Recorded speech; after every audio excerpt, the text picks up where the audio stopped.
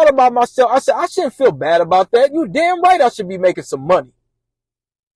You damn right I should be making some money. I'm not a nonprofit.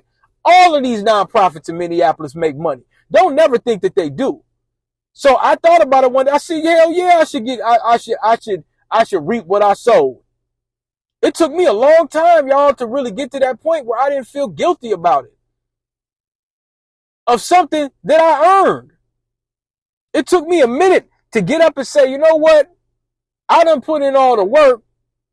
You got all these D.I., Jesse Jackson, Al Sharpton Negroes. They've been stripping and leeching and sea lampreying using amphibious slimy assault tactics for 4 or 5 decades. And they shame you if you don't support them. And I can't get a couple bucks for me doing some real deal Holyfield and they never cut nobody's throat. I said, hell no, I ain't about to feel bad about that. You damn right I'm about to get some money. And if I get more views with this YouTube shit, I want some more damn money. And I could take it and I could help some more black folks out. I said, yeah, that's what I'm going to do. And I could create more books. And I could hire more black folk to do art design and covers and editing and all that kind of stuff. I hired a lot of people on my second book. Y'all don't know how many hours and how many people that I hired. Like my homie DOLLA asked, he said, man, did you break even or whatever like that? He said, I know you didn't have to do this. He said, you didn't have to do none of this shit for us. You didn't have to. You could have kept all the game to yourself. And I said, well, bro, you know, I didn't think when I was making it that I was going to make any money. That wasn't really the goal. But he's like, well, you wouldn't mind. I said, you damn right. And it took me a long time to say that to myself. It took me a while. And I realized, I said, you know, you're supposed to make money off your skill set. You got all of these webinars, these multi-million-dollar webinars. I just got on a pyramid call the other day or some kind of, they got all kind of stuff that people be out here. Join this, join that, join this. You invest your money into something. You don't know it's going to come. You do what I tell you in those books. Everybody that has done it has went and did it because it's not hard to do. Now the economy's different. The economy is an MFer right now. So it's a little different, but I'm just saying my ideology stands on how to do it because I did it and a bunch of other people did it. There's people that did what I did before me. They probably just didn't write about it. Maybe they wrote about it in a newsletter or article. Maybe it just wasn't in like an author form. You know? And there may be some people that may look at certain stuff and be like, man, I don't agree with this. Why you say that, man? And you know, he shouldn't be saying this and that. But you know what they can't say? They can't say it don't work and they can't say it ain't accurate. That's one thing they can't say. My work stands, the truth, it stands testament to time. It's like an architecture book. The things that I recommend that can be done, if you do these things, it will help you. It will help you. And people may not like the delivery. They may not like certain things. Throw that in the garbage. That's how I wrote my second book. You grab this, you grab that, you use that. Well, I can't use this. I don't like that, man. I don't like how he said that. Okay, well, they'll throw that in the garbage. Put a bookmark in the places that works. That was the intention of this second book. You take what you can out here and you apply it and you use it. Now that first book, yeah, you can't say that don't work. Because there's 20 to 50 people that have applied. I'm talking about the work. Remember, I did the work first and then the book. I did the work. I've already confirmed that it worked for those people already. That was just me talking about my life and then talking about me doing the training. That's what the first book was kind of about. The second one, it talks about the training too, but I really wanted to get into a lot of black history and talk about technology and the media, and I made classifications. It's some real ends, it's some Sambos, it's some race soldiers that are all on this thing right here. That's why I make so many references to all those classifications of people. I almost try to do it like a psychiatrist or whatever like that. So, you know, you might be able to use that. I'm quite sure you run into people like that. You go back into the end of the book, you ran into people like that. You got some family members like that. So, you know, I wanted it to be a fun read. But I was frustrated at that time Because I think, especially of what they call a so-called more progressive city like Minneapolis, I just think that since we're the consumers, we should be just running a little more. But people got to want to do it. But, you know, community work is a thankless job. It's frustrating when you spend all this time and energy working on someone's resume, doing this, doing that, getting them job interviews, and sometimes they come back to you talking about, man, I'm better than that. Nigga, you ain't never had a job in IT. Well, yeah, man, that ain't good enough for me. Nigga, you're making $12 an hour. You working at fucking Audi's or the Burger King or some shit like that. This gonna pay you a couple dollars more and you'll never make that money again. You're gonna be making $25, $30, $40 an hour in a few years. That's frustrating to me. And it's offensive when people come back. I had a lot of people used to do that. A lot. Yeah, man, I got me a bachelor's. What you need me for? You came to me because you couldn't get the job. You see what I'm saying? So that's a frustrating part of what people say. Somebody said I'm an activist. I don't know if I'm an activist. I guess a digital activist, whatever the hell. That's frustrating. The activist is boots on the ground, is fighting for whatever issues that they might like. They're going to get frustrated because there's no reward to it. If you scheming, if you're scamming, there might be a reward. If you scheming and you're scamming, there might be a reward. It ain't going to be long term, but there will probably be some kind of reward. But that's why I didn't do, I felt like I set groundwork enough to where if you have questions, you can just go buy the book. And some people might say, well, you know, you just trying to sell books. Yes, that's the point. I put them on Amazon. I didn't put free 99. Of course.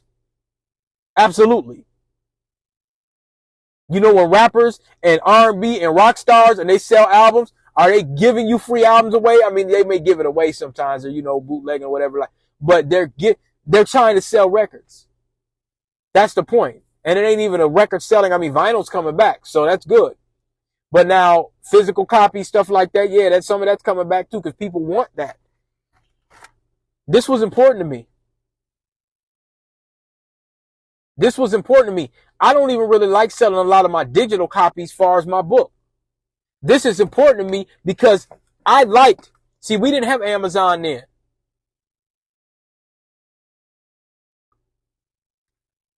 This was important to me going all the way to Fifth Element, taking the bus in the freezing cold, going to get the Mississippi, the first David Banner album, going to Electric Fetus to get Victory Lap. I wanted to touch it. That's where we come from. We wanted physical copies. We wanted the allure. You jump on the bus. You're 16, 17, 18, 19 years old, whatever. You jump on the bus. You might have a fresh little fit on. You might have your J's. You might have your Reebok Classics, or you might have your Flights if you can't afford the J's. You got a fresh haircut. You hop on the number 2. You hop on this other one. You might go to Digital City and hop on the 5. See a couple little bad, thick chocolate things on the bus. What's going on? What's your name? Where are you going? Oh, I'm about to go get the new Lil Boosie album. I'm about to go get it. It was a whole thing. Wasn't no Rolls Royces or none of that stuff or things. You didn't have access to that. Only the ballers had Benzes and stuff. There wasn't no niggas running around with Rolls Royces and $300,000-$400,000 cars. You had a Caprice Classic with 22-inch blades and you're the man. Our experience was lighter. We were almost judged more off what we wore and what our style was, and if we wasn't a punk ass nigga, rather than just your car and just what you had in your pocket. You were judged a little bit more back then than that. I mean, if you wasn't fresh, you getting roasted too, but that's gonna get your game up.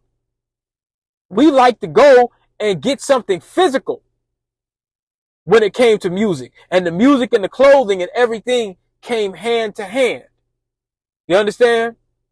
So that's where I come from. That's the mindset that I come from. So, I wasn't selling anything when I was doing tech training. I wasn't selling anything really like at that time.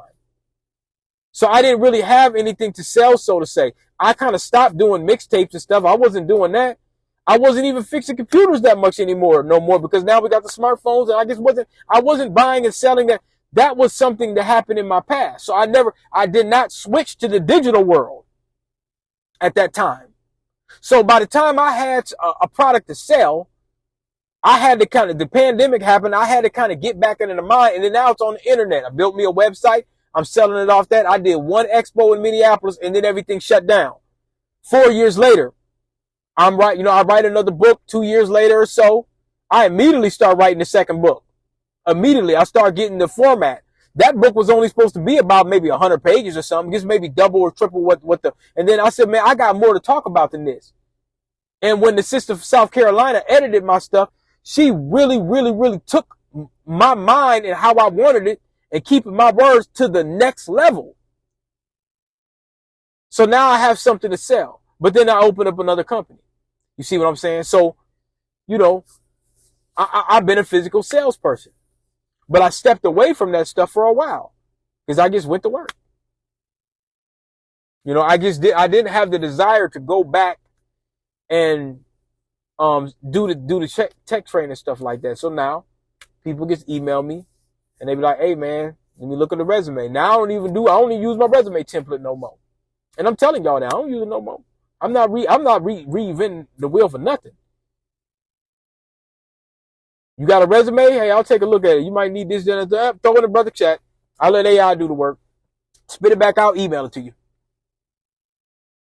But I know how to curb and to tone the resume to say certain things, not just from brother chat just scrambling out words.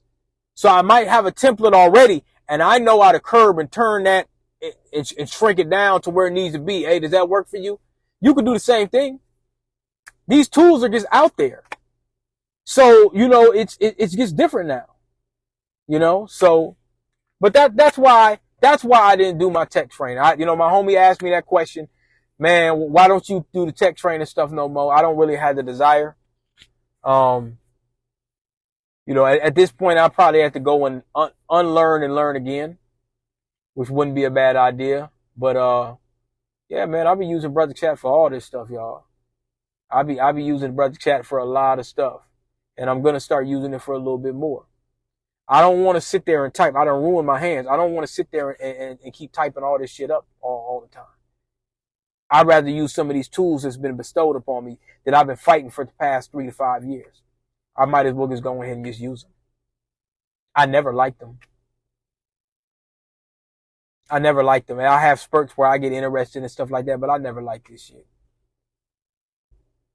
After I started getting higher up in my career and started, and I don't even know if I reached a plateau yet, but when I started kind of getting up to a certain range, you just fall out of love with it. You're like, okay, well, it's just a tool.